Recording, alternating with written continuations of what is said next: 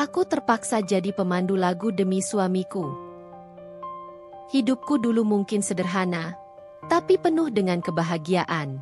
Aku, Amira, dan suamiku, Mas Bima, menjalani kehidupan yang mungkin tidak kaya harta, tapi melimpah cinta. Rumah kami kecil, penghasilan pas-pasan, dan kadang kami harus berhitung matang-matang sebelum membeli kebutuhan sehari-hari. Namun, di balik keterbatasan itu, ada kebersamaan yang selalu kami jaga. Tiap pagi aku terbangun dengan senyuman Mas Bima, canda tawa sederhana yang membuat segala kesulitan terasa ringan. Kami berbagi mimpi, meski kecil, tapi nyata, tentang masa depan, tentang memiliki anak, tentang menua bersama. Namun, takdir ternyata memiliki rencana lain.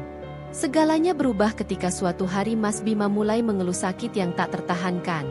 Awalnya hanya rasa tidak nyaman di perutnya, lalu semakin hari semakin parah. Aku mengira itu hanya kelelahan atau mungkin mak biasa. Tapi setelah berbulan-bulan, rasa sakit itu tak kunjung hilang, malah semakin menjadi. Kami akhirnya memutuskan untuk pergi ke dokter. Dan saat itulah dunia kami seakan runtuh dalam sekejap. Kan? Kata itu menghantamku seperti badai yang tiba-tiba datang tanpa peringatan. Suara dokter terasa samar di telingaku. Sementara aku melihat wajah Mas Bima yang berusaha tetap tenang meski matanya tak bisa menyembunyikan ketakutan. Aku mencoba tegar, tapi dalam hati, aku tak tahu harus bagaimana. Bagaimana bisa ini terjadi pada kami? Kami yang selalu menjaga hidup sehat, tak pernah berlebihan dalam apapun, kini harus menghadapi penyakit yang begitu mematikan. Pengobatan kanker bukan hanya melelahkan secara fisik dan mental, tapi juga menguras habis setiap uang yang kami miliki. Tabungan yang selama ini kami kumpulkan dengan susah payah untuk masa depan, habis dalam hitungan bulan. Pinjaman demi pinjaman kami ambil, tapi rasanya tak ada habisnya. Biaya rumah sakit, obat-obatan, perawatan intensif, semua begitu mahal, jauh melampaui kemampuan finansial kami. Aku bekerja sebagai karyawan di sebuah toko kecil. Sementara Mas Bima sebelumnya adalah seorang sopir truk. Penghasilan kami selama ini cukup untuk kebutuhan sehari-hari, tapi untuk melawan kanker, itu seperti memadamkan api dengan segenggam air. Setiap hari aku menatap wajah Mas Bima yang semakin pucat, tubuhnya yang semakin kurus, dan dalam hati, aku berdoa agar keajaiban datang. Namun, doa seolah tertahan di langit. Semakin hari, harapan untuk melihat Mas Bima sembuh semakin menipis. Aku merasa hidup ini tak adil. Mengapa kami, yang selama ini hidup sederhana dan bahagia, harus menghadapi cobaan seberat ini? Dalam keputusasaan, aku tahu satu hal. Aku tidak bisa kehilangan Mas Bima. Aku tidak sanggup membayangkan hidup tanpanya. Melihat dia tersenyum lagi, melihat dia kembali berdiri tegak, adalah satu-satunya tujuan yang ada dalam benakku. Pagi itu cerah, seperti pagi-pagi biasanya di rumah kecil kami. Sinar matahari perlahan menyelinap di antara dedaunan pohon mangga di halaman, menerangi teras rumah tempat kami duduk bersama. Mas Bima seperti biasa menikmati secangkir teh hangat di tangannya. Di sampingnya, aku menyuapi sarapan sederhana, nasi goreng dengan telur mata sapi. Suara burung berkicau, menambah suasana pagi yang damai. Hari ini cuacanya kayaknya bagus deh buat jalan-jalan mumpung Mas libur nih, kata Mas Bima, tersenyum padaku. Senyumnya selalu bisa membuat hariku terasa lebih baik, meskipun hidup kami tidak selalu mudah. Mas Bima adalah tipe pria yang selalu melihat sisi positif dari setiap hal. Selalu berusaha membuatku bahagia meskipun dalam keadaan sulit. Memang kita mau kemana, Mas? Tanyaku sambil tertawa kecil. Meski penghasilan kami pas-pasan, Mas Bima bekerja sebagai sopir truk pengangkut barang, sementara aku bekerja di toko kelontong milik tetangga. Tapi tak ada yang lebih berharga daripada kebersamaan kami. Mas Bima tertawa kecil. Kalau ke pantai dekat sini, gimana dek? Dia meminum tehnya perlahan, seolah membayangkan ombak dan angin laut yang menenangkan. Aku tersenyum sambil mengelap tanganku dengan kain lap. Ayo mas, lagian kita belum pernah liburan sejak kita menikah, kan? Aku menghela napas sambil memandangi teras rumah. Mata Mas Bima tampak berbinar ketika membicarakan masa depan kami. Meski hidup kami sulit, kami selalu berusaha memupuk mimpi-mimpi kecil. Salah satu impian terbesar kami adalah membangun rumah yang lebih layak, mungkin di tanah yang lebih luas, dengan taman kecil di belakangnya. Kami juga sering berbicara tentang anak, betapa kami ingin memiliki satu, atau mungkin dua, untuk melengkapi kebahagiaan kami. Namun, di balik semua harapan itu, ada sesuatu yang mulai mengusik ketenangan kami. Sore itu tiba-tiba Mas Bima terjatuh di depan kamar mandi. Aku kaget langsung membantunya berdiri. "Kamu kenapa, Mas?" "Aduh, perutku sakit lagi, Dek," keluh Mas Bima tiba-tiba sambil memegang perutnya. Wajahnya berubah, kerutan di dahinya menunjukkan rasa sakit yang jelas tidak ringan. Ini bukan pertama kalinya dia mengeluh seperti itu. Sudah beberapa minggu terakhir ini Mas Bima sering merasakan nyeri di bagian perutnya. Tapi kami berdua selalu menganggapnya sepele. Mungkin hanya mak atau kelelahan setelah seharian bekerja keras. "Kamu masih sakit perut lagi? Mungkin kamu harus lebih sering istirahat, Mas," kataku, sedikit khawatir. Aku mengusap bahunya dengan lembut, berharap rasa sakitnya akan berkurang. Mas Bima mengangguk, meskipun aku tahu dia mencoba menahan sakit. "Iya, mungkin aku terlalu capek. Kemarin kan jadwalnya padat sekali. Aku antar barang keluar kota, jalannya juga rusak, jadi harus ekstra hati-hati." Aku mencoba menenangkan hatiku. Mungkin memang hanya kelelahan. Namun, seiring berjalannya waktu, keluhan-keluhan Mas Bima semakin sering terdengar. Rasa nyeri yang awalnya hanya muncul sesekali, kini datang hampir setiap hari. Kadang di pagi hari, kadang saat makan malam, dan seringkali di tengah malam saat kami sudah tertidur lelap. Aku mulai khawatir, tapi Mas Bima selalu menenangkanku dengan senyumannya yang khas. Dia tidak pernah ingin membuatku khawatir. "Besok kita ke dokter, ya?" Aku akhirnya memberanikan diri berkata, setelah beberapa kali menunda. "Biar kita tahu apa yang sebenarnya terjadi. Jangan sampai kita terlambat menangani kalau itu penyakit serius." Mas Bima awalnya menolak, seperti biasa. Dia selalu menganggap dirinya kuat, dan tidak ingin merepotkanku dengan masalah kesehatannya. Namun, kali ini, aku tidak membiarkannya begitu saja. Aku tahu sesuatu yang tidak beres sedang terjadi, dan aku tidak ingin mengambil risiko dengan kesehatannya. Keesokan harinya, setelah sarapan, kami pergi ke puskesmas terdekat untuk memeriksakan kondisi Mas Bima. Aku masih ingat betul bagaimana aku menggenggam tangannya erat saat kami menunggu giliran. Mas Bima berusaha tampak tenang, tapi aku bisa melihat bahwa di dalam hatinya, dia khawatir. Tidak hanya soal rasa sakit itu, tapi juga soal biaya pengobatan yang mungkin harus kami tanggung. Saat dokter akhirnya memanggil namanya, kami melangkah masuk ruang periksa dengan perasaan campur aduk.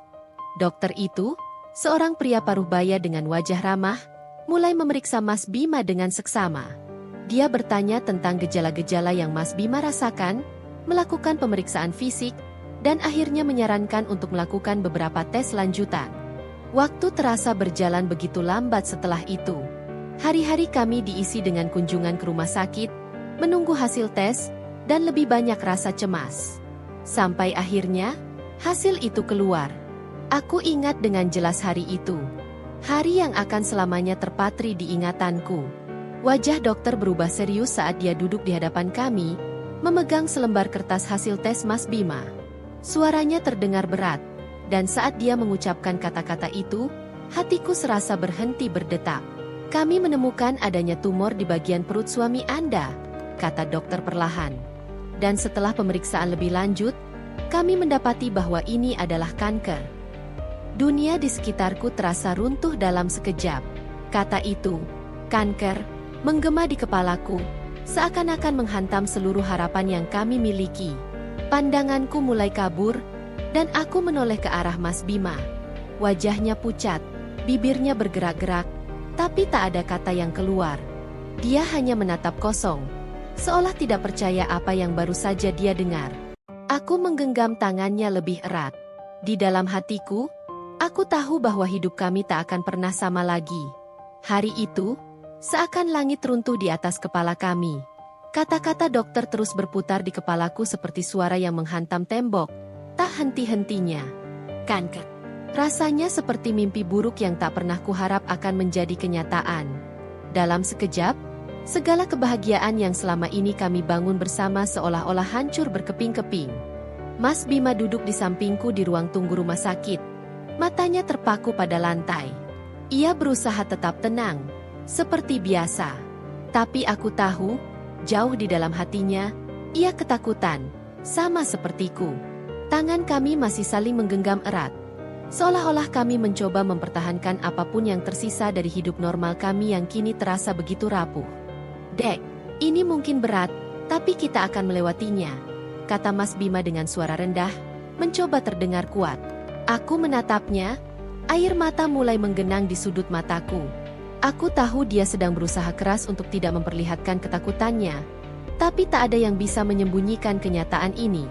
Aku tak bisa menahan air mataku lebih lama lagi. Perlahan, mereka mulai mengalir, membasahi pipiku. Mas Bima, ini bagaimana bisa ini terjadi?" Suaraku bergetar. Aku nggak siap."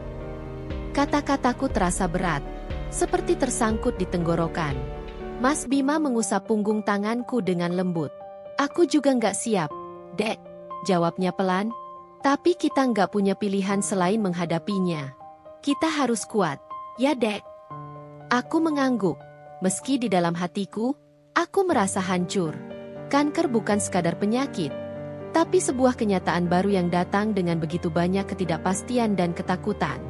Seolah-olah hidup kami yang sebelumnya sederhana tapi bahagia itu, kini berubah menjadi labirin gelap tanpa ujung yang jelas. Setiap malam setelah kabar itu, aku terjaga, tak bisa tidur memikirkan masa depan kami.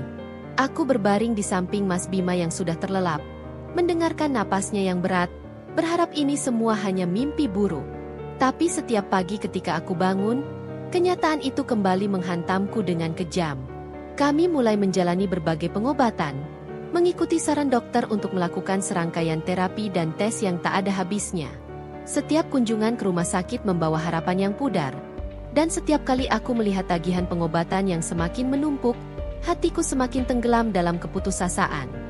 Mas Bima pun sekarang sudah tidak bekerja lagi karena kondisinya yang semakin menurun. Tabungan kami, yang tadinya kami rencanakan untuk membeli rumah kecil atau mungkin memulai usaha sendiri, habis begitu cepat. Kami menjual barang-barang yang bisa dijual. Motor Mas Bima, televisi, perhiasan kecil peninggalan ibuku. Semua untuk menutupi biaya yang tak pernah surut. Tapi sekeras apapun usaha kami, selalu ada biaya lain yang harus dibayar. Aku merasa semakin tercekik.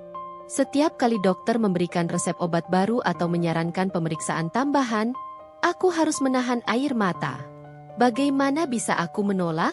Ini tentang hidup suamiku. Seseorang yang kucintai lebih dari apapun. Tapi di saat yang sama, aku tak tahu harus mencari uang dari mana lagi. Kami sudah meminjam dari keluarga dan teman-teman. Pada awalnya, mereka membantu dengan tulus. Tetapi seiring berjalannya waktu, pinjaman itu terasa semakin memberatkan. Aku mulai merasakan rasa malu yang menggigit saat harus kembali meminta bantuan. Pagi-pagi itu, setelah kunjungan rumah sakit yang kesekian kali, aku dan Mas Bima duduk di ruang tamu kecil kami. Ruangan itu terasa lebih hampa dari biasanya, tanpa barang-barang yang dulu menghiasi sudut-sudut rumah. Mas Bima menatap kosong ke arah dinding, sementara aku berusaha keras menahan kepanikan yang bergemuruh di dadaku. "Dek, kamu yakin kita nggak apa-apa?" tanya Mas Bima tiba-tiba, suaranya lemah. "Aku bisa berhenti terapi kalau itu terlalu membebani kamu. Aku nggak mau ngeliat kamu sengsara karena aku." Aku tercekat mendengar kata-kata itu. Dengan cepat, aku menggeleng dan meraih tangannya. "Jangan ngomong gitu, Mas Bima. Kita bisa cari jalan. Apapun, asal kamu sembuh." Dia tersenyum lemah, meskipun matanya penuh dengan kekhawatiran. "Aku cuma nggak mau kamu terlalu menderita, Dek. Semua ini, kayak mimpi buruk yang nggak berakhir." Aku mengusap pipinya yang mulai tirus. "Kita pasti bisa lewatin ini. Kamu cuma perlu fokus sembuh. Urusan biaya aku yang urus." Tapi kenyataan semakin hari semakin kejam.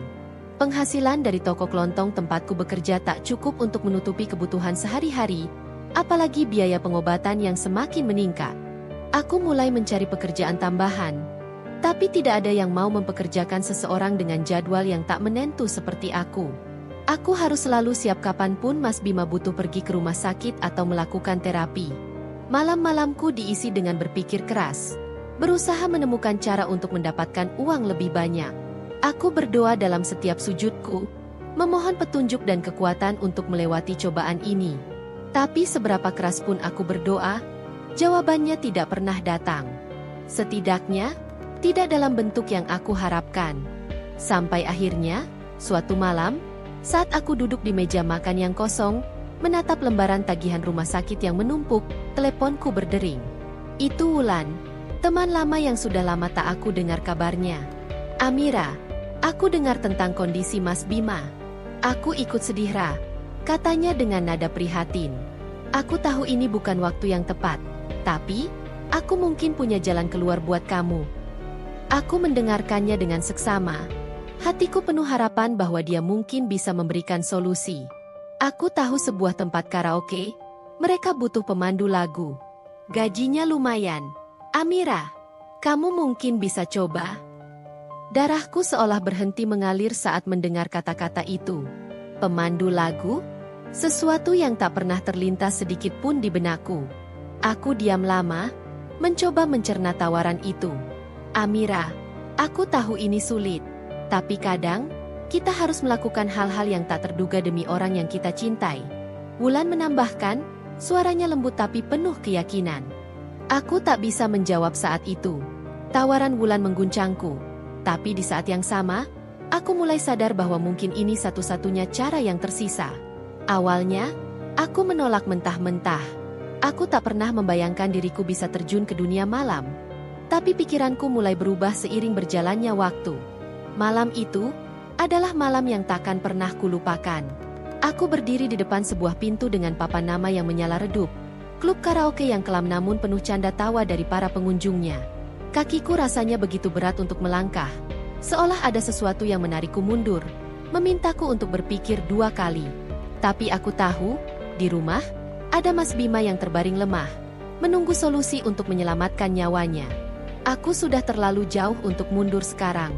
Ketika akhirnya aku memberanikan diri membuka pintu klub itu, dunia di dalamnya langsung menyergapku.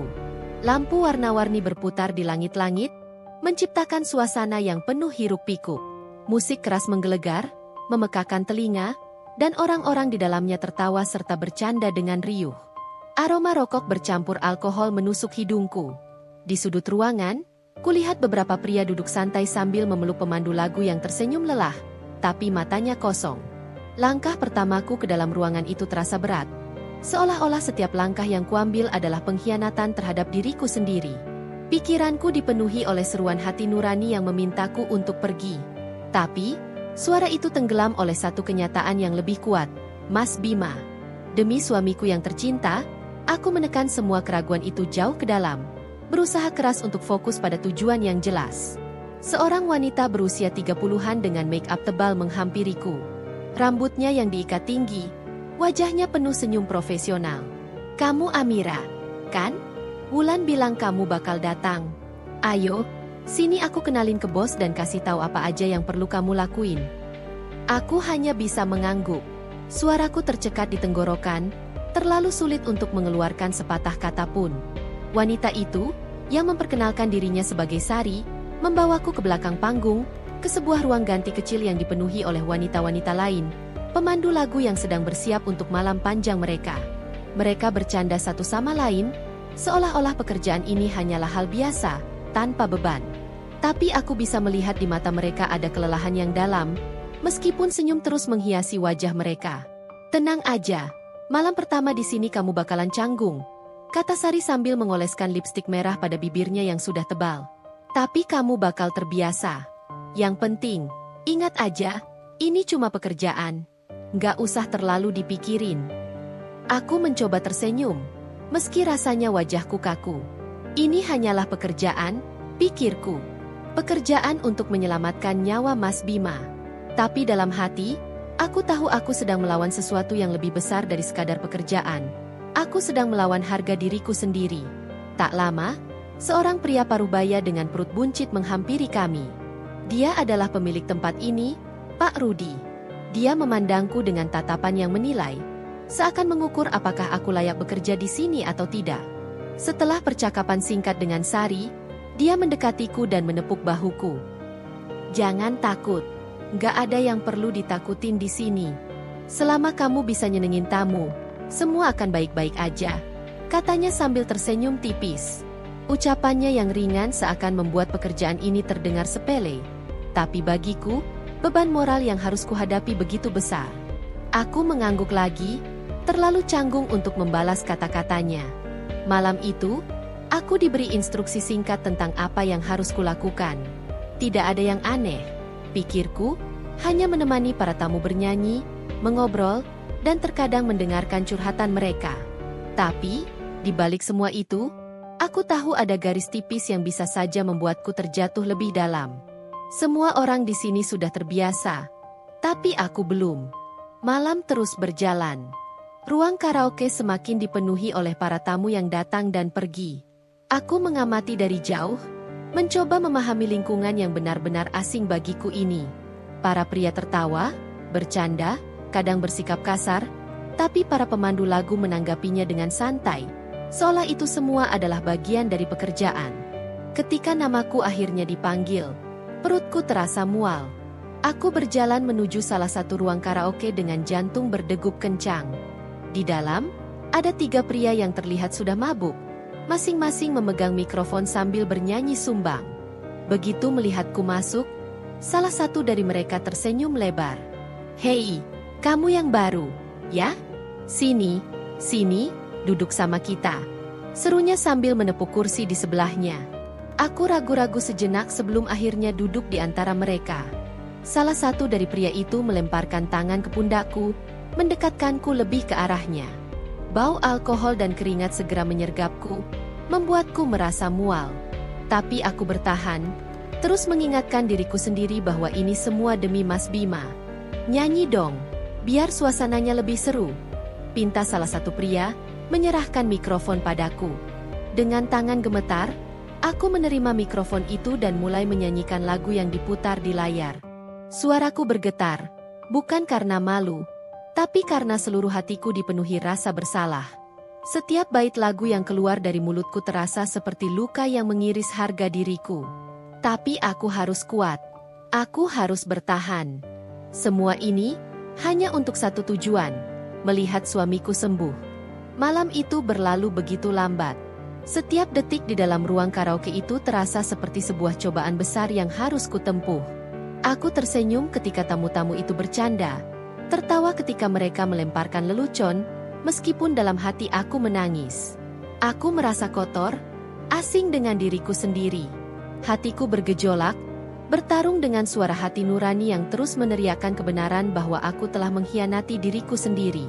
Namun, pada saat yang sama, ada bisikan kecil yang menguatkanku. "Ini untuk Mas Bima. Hanya untuk Mas Bima. Aku harus melakukannya, meski hatiku hancur." Hari-hari di klub karaoke mulai menjadi rutinitas. Aku bertemu dengan banyak pria yang hanya menginginkan teman bicara, ada juga yang mencoba merayu lebih jauh. Aku tahu, batasanku sudah jelas. Aku hanya melayani mereka dengan bernyanyi dan menemani mereka berbincang. Meski begitu, setiap malam aku pulang dengan rasa hampa dan luka di dalam hati. Setiap uang yang kuterima, aku bayangkan sebagai satu langkah kecil untuk menyelamatkan nyawa suamiku. Setiap kali aku melangkah pulang dari malam-malam panjang di klub karaoke, rasa bersalah itu semakin menumpuk, menghantamku tanpa ampun. Pintu rumah kecil kami yang dulu terasa hangat kini seakan berubah menjadi gerbang penjara yang mengurung kebohonganku. Aku menguatkan diri setiap kali tanganku meraih gagang pintu, menyembunyikan kegelapan di balik senyum tipis yang selalu kuberikan pada Mas Bima. Mas Bima sudah semakin lemah sejak kanker menggerogoti tubuhnya. Meski begitu, tatapan matanya selalu penuh cinta setiap kali melihatku pulang.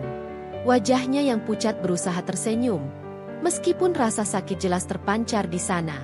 Setiap kali kami berbincang, aku bisa melihat harapan di matanya. Harapan untuk sembuh, untuk kembali hidup normal bersama. Aku tidak bisa menghancurkan harapan itu. Tidak sekarang, setelah kami berjuang begitu keras. Dek, Dari mana uang untuk perawatan ini? Tanyanya suatu malam, suaranya serak dan lemah, tapi penuh rasa ingin tahu.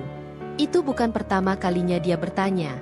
Dan setiap kali pertanyaan itu muncul, jantungku berdetak lebih cepat. Aku menarik napas dalam-dalam, mencoba menenangkan diriku sendiri. Aku kerja lembur di kantor kecil, Mas. Bagian administrasi. Gajinya memang tidak besar, tapi cukup untuk membantu biaya pengobatanmu. Mas Bima menatapku lama, seakan berusaha mencari kebenaran di balik kata-kataku. Aku tersenyum, berusaha meyakinkannya bahwa semua baik-baik saja. Tapi di dalam diriku, kebohongan itu semakin dalam menusuk, menggerogoti nurani yang tak bisa kubungkam. Setiap kata yang keluar dari mulutku adalah belati yang menghujam hatiku sendiri. Aku merasa bersalah, Dek. Gumamnya pelan, kamu harus kerja keras untuk biaya pengobatanku. Sementara aku cuma bisa terbaring di sini. Air mata hampir tumpah dari mataku, tapi ku tahan. Aku tidak bisa membiarkannya tahu betapa besar pengorbanan yang telah kulakukan. Jangan berpikir seperti itu, Mas Bima. Kamu hanya perlu fokus pada kesembuhanmu. Aku akan melakukan apa saja untuk melihatmu sehat lagi. Kebohongan itu, betapapun menyakitkan, adalah satu-satunya cara untuk menjaga hatinya tetap tenang. Aku tidak ingin Mas Bima merasa lebih terbebani dengan kenyataan bahwa aku telah menjadi pemandu lagu di klub karaoke demi mengumpulkan uang untuk pengobatannya. Setiap malam aku berjuang melawan rasa jijik terhadap diriku sendiri. Namun cinta untuk Mas Bima terus menjadi kekuatan yang membuatku bertahan. Namun, semakin hari, kebohongan ini mulai terasa seperti dinding yang kian tinggi di antara kami. Mas Bima sering menatapku dengan tatapan penuh pertanyaan, seolah ada yang dia curigai tapi enggan diutarakan. Mungkin dia tidak ingin menambah bebanku, atau mungkin dia terlalu lelah untuk mendesakku lebih jauh. Meski begitu, setiap kali dia bertanya, rasa bersalah itu semakin berat menindih. Pengorbananku akhirnya mulai menunjukkan hasil. Dokter memberikan kabar baik yang selama ini kami tunggu-tunggu. Tumor di tubuh Mas Bima mulai mengecil. Pengobatan yang selama ini kami perjuangkan dengan sekuat tenaga akhirnya memberikan harapan baru. Aku merasakan secercah kebahagiaan yang selama ini hampir terlupakan.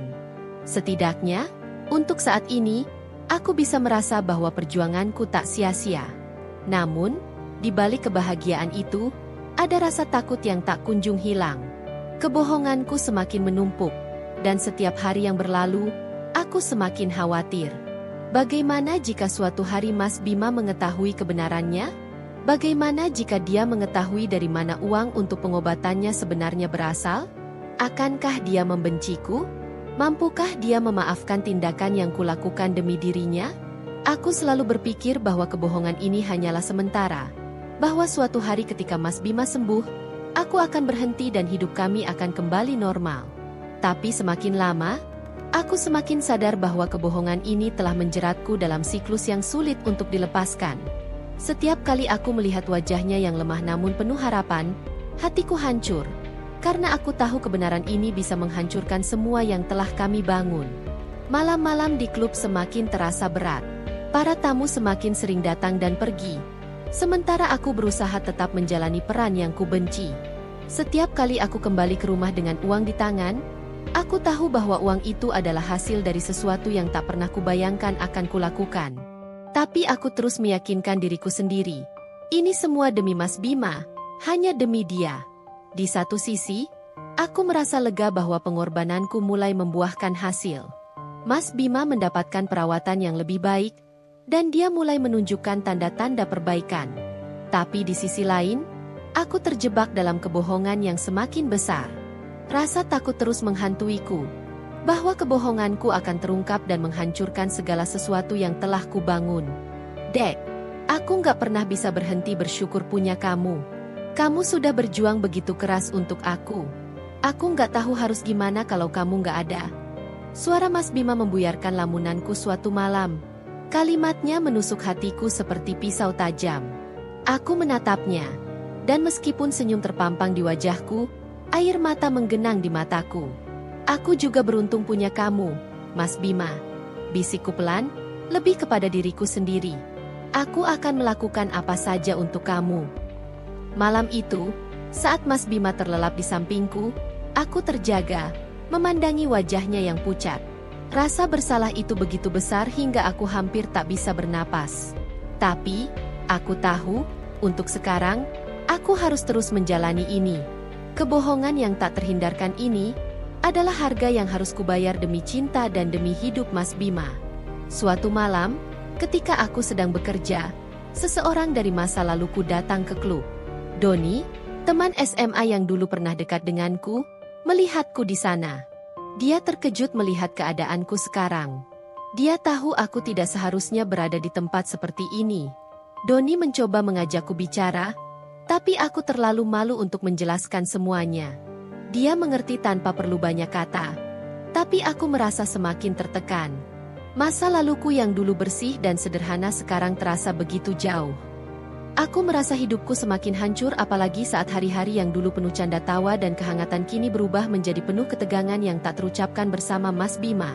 Di dalam hati, aku tahu Mas Bima merasakan hal yang berbeda, meski dia tak pernah secara langsung menyinggungnya. Namun, aku bisa melihat tatapan matanya yang mulai kehilangan cahaya. Tatapan yang dipenuhi kebingungan dan kesedihan yang semakin sulit ia sembunyikan. Semuanya dimulai ketika aku mendengar kabar dari teman-teman Mas Bima bahwa ia merasa semakin bersalah karena kondisinya. Bima merasa dia membebani kamu, Amira, kata salah satu teman lamanya ketika kami bertemu di rumah sakit. Dia bicara soal rasa bersalahnya dan curiga ada sesuatu yang kamu sembunyikan darinya. Kalimat itu seperti petir yang menyambar. Meski aku tahu cepat atau lambat hal ini akan terjadi, aku tetap tak siap menghadapinya. Kebohongan yang selama ini kupertahankan mulai merusak segala sesuatu yang aku dan Mas Bima bangun bersama. Aku merasa seperti tali rapuh yang terus ditarik dari dua arah. Di satu sisi, keinginanku untuk jujur dan mengakhiri semua ini, dan di sisi lain, ketakutanku kehilangan Mas Bima jika kebenaran terungkap. Saat kami duduk bersama di ruang tamu malam itu, ada keheningan yang panjang di antara kami. Mas Bima menatap ke arah jendela, menatap bintang-bintang di langit, sementara aku hanya duduk diam, memutar-mutar cangkir teh di tanganku yang gemetar. Aku sudah banyak berpikir, Dek. Suara Mas Bima akhirnya memecah keheningan. Aku nggak mau kamu terus menderita karena aku. Mungkin lebih baik aku menyerah saja. Kata-katanya membuat hatiku serasa diremas. Aku terkejut, hampir tak percaya dengan apa yang baru saja didengarnya. Apa maksudmu, Mas Bima? Kamu nggak boleh bicara seperti itu. Suaraku bergetar saat aku mencoba menahan air mata yang sudah mulai menggenang di pelupuk mata. Aku serius, Dek, katanya sambil menatapku dengan mata penuh kelelahan. Setiap hari, aku melihatmu bekerja keras, kelelahan, dan semakin menderita karena aku. Kamu bilang semuanya baik-baik saja, tapi aku tahu kamu menyembunyikan sesuatu. Aku nggak bisa terus seperti ini. Aku tak sanggup lagi menahan tangis. Air mata akhirnya tumpah tanpa bisa kucegah. Dengan terbata-bata, aku berusaha mencari kata-kata untuk menahannya, untuk meyakinkannya agar tidak menyerah. Jangan ngomong seperti itu, Mas Bima, Isaku. Kamu harus terus berjuang. Aku rela melakukan apapun demi kesembuhanmu. Jangan berhenti sekarang. Mas Bima menarik napas panjang. Matanya tetap menatapku dengan penuh kesedihan. Dek, aku nggak mau kamu melakukan sesuatu yang berlebihan untuk aku. Aku nggak mau kamu kehilangan dirimu sendiri demi aku. Aku menangis semakin keras. Suaranya begitu tenang, tetapi dalam keheningan itu, aku bisa merasakan ketakutan yang selama ini ia sembunyikan. Ketakutan bahwa ia akan kehilangan dirinya sendiri, dan bahwa aku akan kehilangan diriku dalam proses ini. Aku merasa terjebak dalam labirin kebohongan yang kian rumit. Di satu sisi, aku ingin sekali mengatakan yang sebenarnya, tentang pekerjaan yang kulakukan demi mengumpulkan uang untuk pengobatannya. Namun, ketakutan bahwa Mas Bima akan marah, kecewa, bahkan membenciku, membuatku bungkam. Dek! Suaranya bergetar, kali ini lebih lembut. Aku mencintaimu, tapi aku nggak mau jadi beban. Kalau aku menyerah sekarang, mungkin itu yang terbaik. Aku nggak ingin melihat kamu semakin terpuruk. Tidak, teriakku, lebih keras dari yang aku maksudkan. Kamu nggak boleh menyerah. Kamu nggak tahu seberapa besar aku mencintaimu, Mas Bima. Aku akan melakukan apapun, bahkan lebih dari yang sudah kulakukan sekarang. Suatu hari, Mas Bima menemukan sebuah catatan kecil di dalam dompetku, sebuah slip pembayaran dari klub karaoke tempat aku bekerja. Saat dia menanyakannya, aku tak bisa lagi menghindar. Aku terpaksa mengakui segalanya. Betapa beratnya melihat ekspresi kecewa di wajahnya. Aku takut dia akan meninggalkanku. Tapi di luar dugaanku, Mas Bima hanya terdiam. Dia merasa hancur, tapi dia tahu, semua ini kulakukan karena cinta. Setelah beberapa hari hening, Mas Bima akhirnya berbicara kepadaku. Dia berkata bahwa meskipun sulit untuk diterima, dia mengerti alasanku melakukan semua itu. Cintanya padaku tak berkurang. Meskipun dia merasa bersalah karena menyebabkan penderitaan ini. Kami menangis bersama, saling memeluk dan berjanji untuk terus berjuang. Pengobatan Mas Bima terus berlanjut, dan dokter mulai memberikan lebih banyak harapan. Tumornya semakin mengecil, dan meskipun belum sepenuhnya sembuh, ada cahaya di ujung terowongan. Kami mulai berbicara tentang masa depan, tentang impian yang dulu sempat terkubur. Aku mulai berhenti dari pekerjaanku di klub karaoke, dan mencari pekerjaan yang lebih baik. Doni temanku yang melihat aku beka seperti itu merasa iba. Beberapa minggu kemudian dia datang kembali ke kehidupan aku. Namun bukan untuk menghancurkan pernikahanku, melainkan dia menawarkan bantuan, kali ini dengan jujur dan tulus. Dia memberi kami dukungan moral dan materi, bahkan membantu menemukan pekerjaan baru untukku. Aku dan Mas Bima merasa bersyukur atas bantuan yang diberikan Doni. Aku pun sekarang tak bekerja di klub karaoke itu lagi. Aku bekerja di kantor Doni. Meski masa laluku di klub karaoke menjadi luka yang sulit disembuhkan, aku tahu bahwa aku telah melewati badai besar dalam hidupku, dan kini saatnya membangun masa depan baru. Meski perjalanan kami masih panjang, aku dan Mas Bima kini lebih kuat dari sebelumnya. Pengorbananku tak sia-sia, dan meski penuh dengan liku-liku, cinta kami tetap utuh. Aku belajar bahwa cinta sejati tak hanya soal kebahagiaan, tapi juga pengorbanan dan kesediaan untuk melangkah melewati kegelapan demi orang yang kita cintai. Dalam hidup, kita sering dihadapkan pada pilihan yang sulit. Aku memilih untuk mengorbankan harga diriku demi melihat suamiku bangkit kembali. Meski sulit, kini aku tahu, cinta bisa memberikan kekuatan yang tak terbayangkan. Kegelapan yang pernah menyelimuti hidupku kini telah berganti dengan cahaya harapan, dan aku tak pernah menyesali apa yang telah kulakukan demi orang yang kucintai.